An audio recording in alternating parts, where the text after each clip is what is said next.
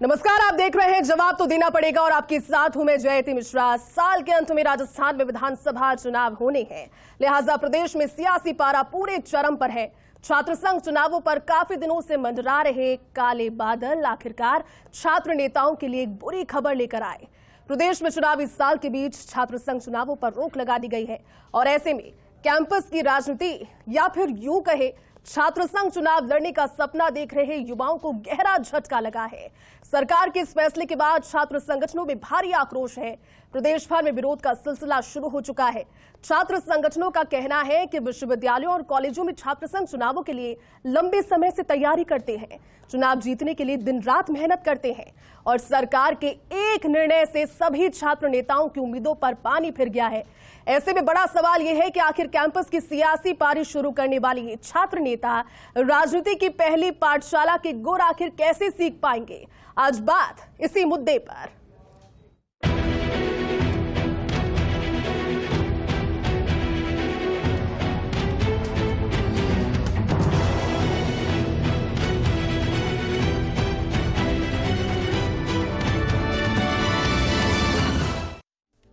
तो देखिए, मुद्दा खास है, मुद्दा गर्म है और इसी मुद्दे पर बात करने के लिए स्टूडियो में हमारे साथ बेहद खास पैनल भी मौजूद है। होशियार मीणा राष्ट्रीय मंत्री एबीवीपी के हमारे साथ मौजूद है, बहुत बहुत स्वागत है आपका। भारत भूषण यादव एबीवीपी कार्यकर्ता आपके साथ में स्टूडियो के जरिए हमारे साथ जुड़े हुए हैं। महेश चौधरी छात्र नेता एनएसयूआई से हैं और नीरज भी हमारे साथ स्टूडियो में मौजूद हैं। आप सभी का बहुत बहुत स्वागत है। सबसे पहले होशियार जी, आप ही के साथ शुरुआत करते हैं क्योंकि लगातार आप लीड करते हुए नजर आते हैं, लेकिन सरकार का देर रात ये फैसला आया। फैसले का अंदेशा तो पहले से था, संकेत शायद मिल गए थे और इसी को लेकर आप लगातार प्रदर्शन कर रहे थे, लेकिन अब सबसे पहली प्रतिक्रिया फर्स्ट इंडिया के जरिए इस निर्णय पर क्या हो गया?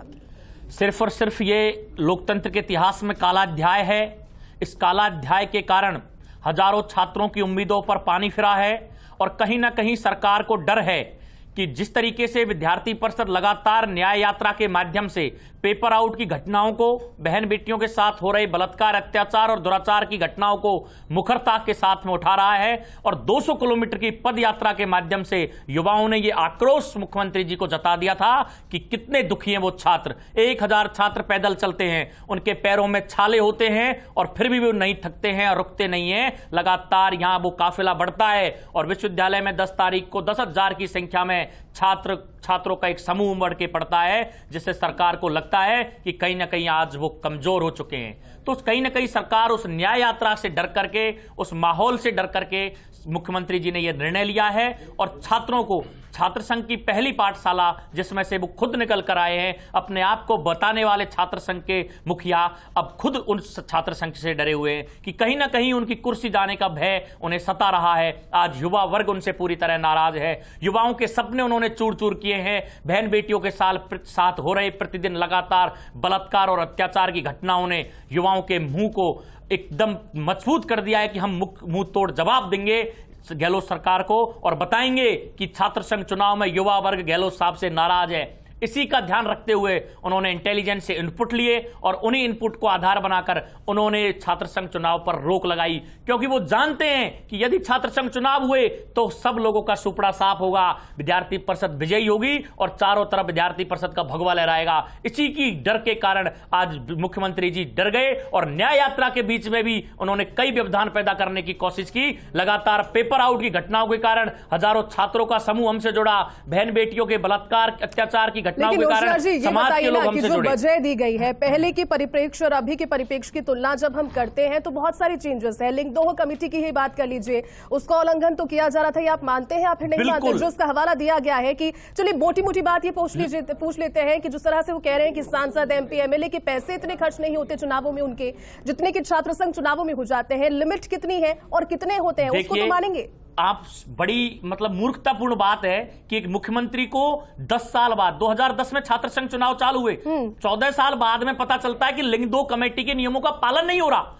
ये कितना मतलब बचकानी हरकत का बयान अच्छा, है। महेश जी, और आप मुझे बताइए, शर्म आप आती है बताइए, कि लिंग 2 का नियम नहीं हो रहा था तो इन्होंने फिर क्यों आप भी आज पहुंचे थे, प्रतिनिधिमंडल के आप हिस्सा थे, क्या बातचीत हुई और इस पर क्या रिएक्शन आप करेगा, क्योंकि एनएसयूआई संगठन से जुड़े हुए हैं? बिल्कुल आपको बताना चाहता हूं, माननीय मुख्यमंत्री ने जो फैसला कल रात को लिया, आम छात्र में उसको लेकर आक्रोश है, चाहे वो किसी भी संगठन का हो, किसी भी विचारधारा का हो। जब छात्र किसी छात्र की मदद करता है, तो जब स्टूडेंट लीडर किसी की मदद करता है, तो ये नहीं देखता कि वो किस संगठन का है, किस विचारधारा का है। वो आम उस छात्र की मदद करता है जो 350-500 किलोमीटर चल के इस राजधानी के अंदर पढ़ने के लिए आता है, अध्ययन करने के लिए आता है, और अपनी उन समस्याओं के निवारण के लिए उस छात्र नेता से संपर्क करता है। माननीय मुख्यमंत्री को उस आम छात्र की भावनाओं को समझना चाहिए, प्रदेश के आम छात्र की भावनाओं को समझना चाहिए। ना माननीय मुख्यमंत्री जी ने किसी एबीपी से या किसी एनएसयूआई से डर के, ये संगठन का मामला नहीं है, ये आम छात्र की लड़ाई का मामला है। आम छात्र के लोकतांत्रिक रूप को उन्होंने दबाने का प्रयास किया। माननीय मुख्यमंत्री जी से हम बार बार ये आग्रह करते हैं कि आप राजनीति की पहली पाठशाला जो जिसको मानते हैं, शिक्षा जो एजुकेशन की पहली पाठशाला, राजनीति की पहली पाठशाला होती है, उस पाठशाला को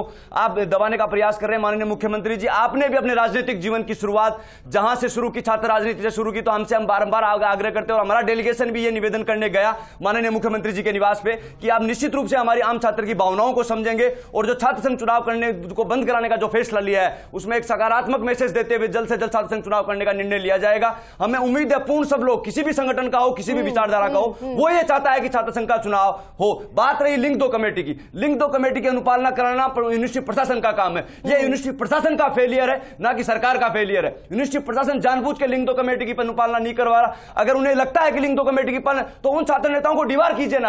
आपको कौन रोक रहा है? लिंग 2 कमेटी को कौन रोक रहा है? यूनिवर्सिटी प्रशासन को कौन रोक रहा है? छात्र संघ कार्यालय आपसे बंद नहीं हो, जब छात्र संघ का सेशन पूरा हो गया, छात्र संघ कार्यालय आपसे बंद नहीं हो रहे। विश्वविद्यालय का यह फेलियर है। उन्होंने गलत रिपोर्ट माननीय मुख्यमंत्री जी के सामने पेश की, उनको भ्रमित किया और माननीय मुख्यमंत्री जी ने इन विषयों के कहने के ऊपर यह जो गलत आदेश है वो छात्र संघ चुनाव को बंद कराने का जारी किया। पुरजोर रूप से सभी लोग इसका विरोध करते हैं और माननीय मुख्यमंत्री जी इस बात को समझेंगे, आम छात्र की भावनाओं को भ्रमित नहीं होंगे।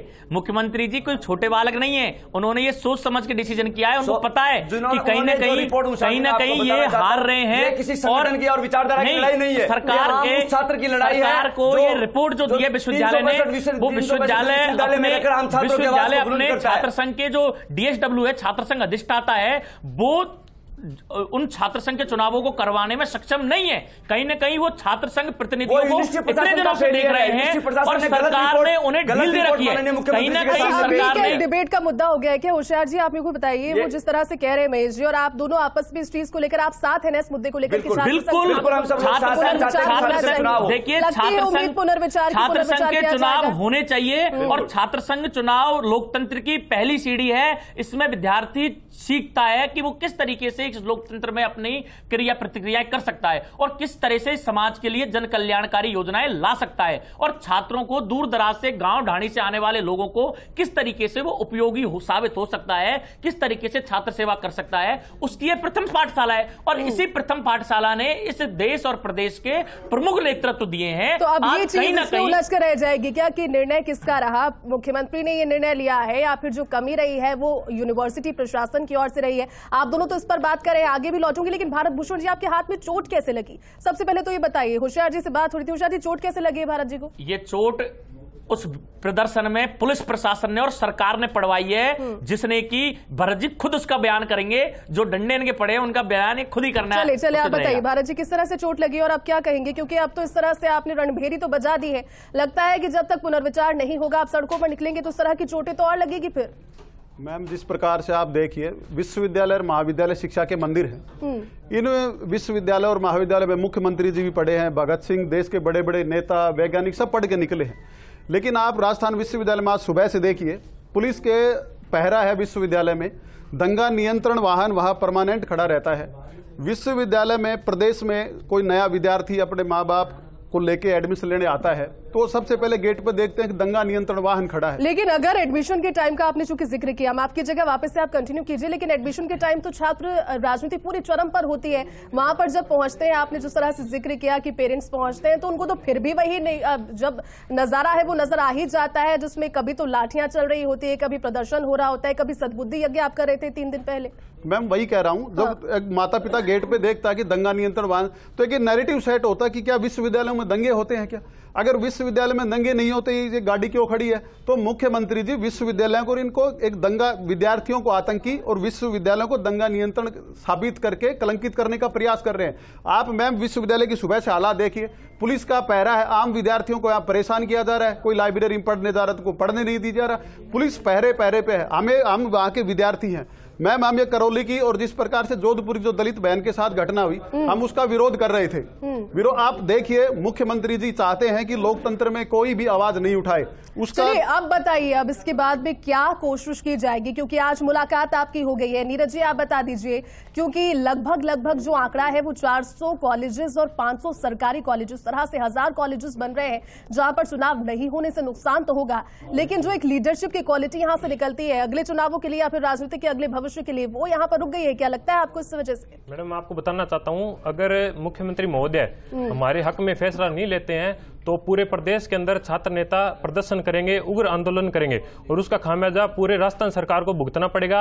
हम छात्र राजनीति में जब आए थे तब हम राजस्थान सरकार और किसी के बड़े लोगों को हम नहीं जानते थे, हम जमीन से उठे हैं। हम हमेशा छात्रों के लिए हमने काम किया है, उनके लिए हमेशा हम लड़ते रहे हैं और आगे भी लड़ते रहेंगे। अगर हमारी मांगे नहीं मानी जाती है, छात्र संघ चुनाव नहीं करवाए जाते हैं तो हम उग्र आंदोलन करेंगे। उसके अंदर कोई भी खामियाजा राजस्थान सरकार को भुगतना पड़ेगा। उसके लिए हमें सड़कों पर अगर मरना भी पड़ा तो हमें वो मंजूर है, क्योंकि हम जैसे मुख्यमंत्री महोदय बात करते हैं कि अव्यवस्था होती है छात्र संघ चुनाव में, पैसे लगते हैं, तो मैं आपको बताना चाहता हूं कि ध्यान देना चाहूं, राजस्थान सरकार में पिछले 3-4 साल से यही चल रहा है। वो विधायकों को खरीद रहे हैं, इधर से उधर घूम रहे हैं, क्या वहां पैसा नहीं लगता है? अगर छात्र नेता अगर कहीं से काम करता है, अगर एक परेशानी होशियार जी ये भी है कि जो उम्र है, जो क्राइटेरिया है, वो कई लोगों का इस बार क्रॉस हो जाएगा अगर चुनाव नहीं होते, और जो सपना देख रहे थे, जो कोशिश कर रहे थे, उनके लिए तो झटका ही है ये। आपके भी कांटेक्ट में इस तरह के बहुत सारे लोग होंगे जो कि तैयार कर रहे थे। झटका है छात्र राजनीति में इस तरीके की गैप आने से छात्र संघ के लिए तैयार कर रहे प्रतिनिधियों के लिए तो ये एक तरह से बहुत ही उनके कैरियर के प्रति धोखा होता है। जो छात्र लगातार 3-4 साल से 5 साल से छात्रों के बीच में रहकर छात्र प्रतिनिधि के तौर पर अपनी उनकी समस्याओं को लेकर तैयारी करता है और चुनाव लड़ने का सपना देखता है, तो कहीं ना कहीं उस छात्र संघ के प्रतिनिधि बनने की सपने के लिए ये बहुत बड़ी रुकावट है कि कहीं ना कहीं उसकी उम्र में ये सब चीज बाधा आती है। तो इस बाधा के कारण उस छात्र को अपने आप को ठगा सा महसूस करता है। उस छात्र के तो कैरियर पर एक प्रश्न चिन्ह खड़ा हो जाता है कि अब वो क्या करेगा। तो कहीं ना कहीं मुख्यमंत्री महोदय को अपना डिसीजन जो है, ये काला कानून जो है, इस काले अध्याय को रोककर छात्र संघ बहाल करते हुए इन छात्रों की समस्याओं को लेकर काम करे। बात आती है लिंग 2 की, तो लिंग 2 को नियंत्रित करने का काम प्रशासन का है, प्रशासन को नियंत्रित करने का काम सरकार का है। तो सरकार कहीं ना कहीं जब लिंग 2 को कंट्रोल नहीं कर पा रही तो सरकार के और चीजों को क्या कंट्रोल करेगी। तो लिंग 2 के नियमों को मजबूती के साथ में कंट्रोल किया जाए। और धन बल बाहुबल की राजनीति प्रारंभ किसने की, किसने गाड़ियां को अनुमति दी? जब 5000 की समय जो शुल्क सीमा है वो है, तो फिर छात्र संघ में इस तरीके की बाहुबली। आज के परिप्रेक्ष्य के हिसाब से आपको लगता है कि अगर एक बार पुनर्विचार होता है और एक बार फिर से चुनाव होते हैं, 5000 में चुनाव हो जाते हैं, हो जाएंगे? बिल्कुल 5000 में चुनाव हो सकते हैं, लेकिन जब हो सकते हैं जब लिंग 2 कमेटी अपने नियमों का पालन सख्ती से करवाए। यदि कोई ज्यादा करता है तो उसको डिबार करो, उसको बाहर करना चाहिए। लिंग 2 सरकार लिंग 2 कमेटी का पालना ठीक से नहीं करवा पा रही, जिस तरह से कह रहे होशियार, इस पर क्या कहेंगे? लिंग 2 कमेटी की पालना नाकामी भी सरकार जिम्मेदार है क्या? हम सरकार पे किसी बात को डालना चाहते हैं यूनिवर्सिटी पे, कुल मिला के आम छात्र का ये मानस है। जवाब दीजिए ना, ये जो सवाल था उसका जवाब आप दीजिए। होशियार कह रहे हैं कि लिंग 2 कमेटी की अनुपालना कराना तो सरकार नहीं करवा पा रही है। संबंधित विश्वविद्यालय की जिम्मेदारी है, विश्वविद्यालय प्रशासन की जिम्मेदारी है। सरकार ने तो आदेश दिया है ना कि लिंग 2 कमेटी की अनुपालना करवाई जाए, लेकिन विश्वविद्यालय प्रशासन का फेलियर है, वो जानबूझ के नहीं करवाना चाहती। मैं कह रहा हूँ छात्र संघ कार्यालय अभी तक उनसे बंद नहीं करवाई गई। एक बड़ा मुद्दा, बड़ा अहम मुद्दा बना हुआ है। जब छात्र संघ कार्यालय का सेशन पूरा खत्म हो गया तो लोगों को नोटिस क्यों नहीं हो रहे? सरकार नोटिस क्यों नहीं देती? जब 2011 में 10 में छात्र संघ के चुनाव प्रारंभ किए गए थे तो सरकार को उसी समय से लिंग 2 कमेटी के नियमों की पालना करवानी थी, लेकिन नहीं, अपने चहितों को फायदा पहुंचाने के लिए लिंग 2 के नियमों में भी बदलाव होते हैं। विश्वविद्यालय के सिंडिकेट में अपने नियमों को बदलवाकर, चुनाव के नियमों में भी बदलाव करवाकर ये अपनी राजनीतिक रोटियां सेकने का काम सरकार के प्रतिनिधि करते हैं, जिसके कारण आम छात्र को समस्याएं होती हैं। पिछली बार सारे के सारे एडमिशन नहीं होने के बाद भी चुनाव करवा दिए गए, इस बार एडमिशन प्रक्रिया भी पूर्ण हो चुकी है, लेकिन अपनी फायदे के लिए सरकार कहीं ना कहीं युवाओं के डर से डरी हुई है। उन्हें पता है कि युवा का मूड किस तरह से जा रहा है। जितने पेपर आउट हुए हैं, जितने बहन बेटियों के साथ बलात्कार और अत्याचार की घटनाएं हुई हैं, आज युवा वर्ग में भारी आक्रोश देखने को मिल रहा है और यही आक्रोश सरकार की पतन का कारण बनेगा, जिसके कारण से छात्र संघ के चुनावों में इन्होंने रोक लगाई है। हम इस छात्र संघ के चुनावों के माध्यम से सरकार डरी हुई है। साबित हो गया है कि सीएम साहब डरे हुए हैं। यदि गहलोत साहब में डर नहीं है तो छात्र संघ के चुनाव कराने चाहिए। हम इसके पक्ष में और लोग चुनाव होने चाहिए। तो छात्र संघ के चुनाव कराने में आखिर सरकार को परेशानी कहां है? यदि परेशानी नहीं है तो सीएम साहब डिक्लेयर करें, किसी भी संगठन के हो, किसी भी विचारधारा के हो, और इन्हीं छात्र संघ के चुनाव के माध्यम से जब वे खुद निकल कर आए हैं, हजारों सैकड़ों लीडर से निकलकर नेतृत्व इस राजस्थान की राजधानी में बैठे नेताओं को दिया है, तो कहीं ना कहीं छात्र संघ के माध्यम से आज हजारों लोग निकल कर आए हैं। इस तरह की लोकतंत्र की हत्या करने का काम जो सरकार कर रही है, निकल के आए हैं, जो बड़े पदों पे आसीन है, यदि उन लोगों का भी दायित्व बनता है कि माननीय मुख्यमंत्री से वो बात करें। लोकतंत्र के माध्यम से लोग निकल के आए, उनका भी दायित्व बनता है कि माननीय मुख्यमंत्री से बात करें और छात्र संघ चुनाव कराने की घोषणा करवाएं, किए जाए और छात्र संघ चुनाव प्रारंभ किए जाए। विद्यार्थी परिषद इसका समर्थन करती है, लेकिन मुझे पता है गहलोत साहब डरे हुए क्यों है। आज युवा वर्ग उनके सामने चुनौती बनकर उभर रहा है। पेपर लीक के कारण बहन बेटियों के साथ भ्रष्टाचार के, बहन बेटियों के साथ जो बलात्कार अत्याचार और दुराचार जो हुआ है, उसके कारण आज सरकार के लोग डरे हुए हैं। मेन बात है छात्र संघ चुनाव की, मेन बात छात्र संघ चुनाव की। आप बात पेपर लीक को लेकर आ रहे, पेपर लीक देश के अन्य राज्यों में भी हो रहे हैं। एबीवीपी की न्याय यात्रा के कारण ये लोगों ने सोचा कि आज माहौल बदल गया है। एबीवीपी की न्याय यात्रा से राजनीति कर रहे हैं भाई साहब, राजनीति कर रहे हैं आप, बार बार राजनीति को लेकर आ रहे हैं। संघ के ऐसी अपन बहस करते रहेंगे तो ना चुनाव होंगे ना कुछ होना जाना है। आम छात्र के साथ में कुटाघात किया जा रहा है। जी वो कह रहे हैं कि साथ मिलकर चलेंगे, बिल्कुल साथ मिलकर बार बार राजनीति को लेकर पेपर लीक का मुद्दा है ही नहीं। पेपर लीक का मुद्दा राज्य के देश के अन्य राज्यों में पेपर लीक हो रहा है। हमारा करौली में एक दलित बहन के साथ बलात्कार होता है, रीट का पेपर आउट होता है, मैं दिखाई नहीं या फिर किसी और को लेट डाउन करने की, आप ही बताइए। साथ में लड़ने के लिए तैयार है, इसकी बात का समर्थन करता है, लेकिन ये सरकार से जब बहन बेटियों के साथ बलात्कार और अत्याचार की घटनाएं हो रही थी, छात्र संघ चुनाव का राजस्थान में जो रीट के पेपर आउट हुआ तब कहां थे? बहन बेटियों के साथ बलात्कार और अत्याचार की घटनाएं हुई तब कहां थे? आज हम छात्र संघ के माध्यम से हम इनके साथ खड़े होंगे, लेकिन आज जनता पूछ रही है कि एनएसयूआई तब कहां थी जब पेपर आउट हुए थे? बहन बेटियों के साथ बलात्कार की घटना हुई, हमने विधानसभा का घेराव किया। आप तब कहां थे? हम लगातार बहन बेटियों के सम्मान के लिए संघर्ष कर रहे हैं, लेकिन मैं आपसे कहना चाहता हूं छात्र संघ के चुनाव सीएम साहब डरे हुए हैं। सीएम साहब डरे हुए हैं, इसके कारण उन्होंने छात्र संघ के चुनाव पर रोक लगाने का काम किया है। विद्यार्थी परिषद इस छात्र संघ को चुनाव को करा के रहेगी और लगातार हम संघर्ष कर रहे हैं क्योंकि 2004 या 2005, आप करेक्ट कीजिएगा अगर मैं गलत हूं तो, जिस समय चुनावों में हुड़दंग हुआ था और उसके बाद चुनावों पर हाईकोर्ट में याचिका के बाद में रोक लगा दी गई थी और फिर रोक के बाद में 2010 में चुनाव शुरू हुए। तो मुख्यमंत्री अशोक गहलोत तो कहते हैं कि राजनीतिक चुनाव में, छात्र संघ चुनावों में जितना बड़ा कमिटमेंट मेरी सरकार का है उतना तो रहा ही नहीं, लेकिन बावजूद इसके कि वो बार बार आपको चेताते रहे कि उल्लंघन मत कीजिए, सभी उल्लंघन करते रहे और उस चीज की आज बानगी है कि रोक लगी है। क्या कहेंगे इसको लेकर अंतिम प्रतिक्रिया? देखिए, प्रतिक्रिया यही है कि ये छात्र संघ चुनाव इस तरीके की रात को 1:30 बजे आप एक अध्यादेश लाते हैं और इस काले अध्याय को पूरे राजस्थान के छात्रों पर थोपने का काम करते हैं। ये छात्रों की, आम छात्रों की आवाज का समय है। हमें सभी छात्रों को एक होकर इन छात्रों की प्रमुख मांगों को उठाना चाहिए और वो सिर्फ और सिर्फ छात्र संघ के माध्यम से वो छात्र उठाने का काम करता है। मैं राजस्थान के, प्रदेश के तमाम छात्रों से अपील करता हूं कि सभी लोग आपसी मन मुटाव और मनभेद मिटा करके सभी प्रमुखता के साथ में छात्र संघ कैसे हो सकते हैं, प्रदेश में अलग अलग जगह शांतिपूर्वक तरीके से प्रदर्शन करें। लोकतंत्र में हम लोग विश्वास करने वाले लोग हैं। प्रदर्शन, धरने के माध्यम से सरकार को चेताने का काम आम छात्र और आम युवा करेगा और मजबूती के साथ में डट करके सब लोग प्रदर्शन करें, जिससे कि छात्रों के दबाव के कारण सरकार के कानों में जूझ रहेंगे। और इसी को लेकर विद्यार्थी परिषद पूरे प्रदेश में हम प्रदेश व्यापी आंदोलन करेंगे।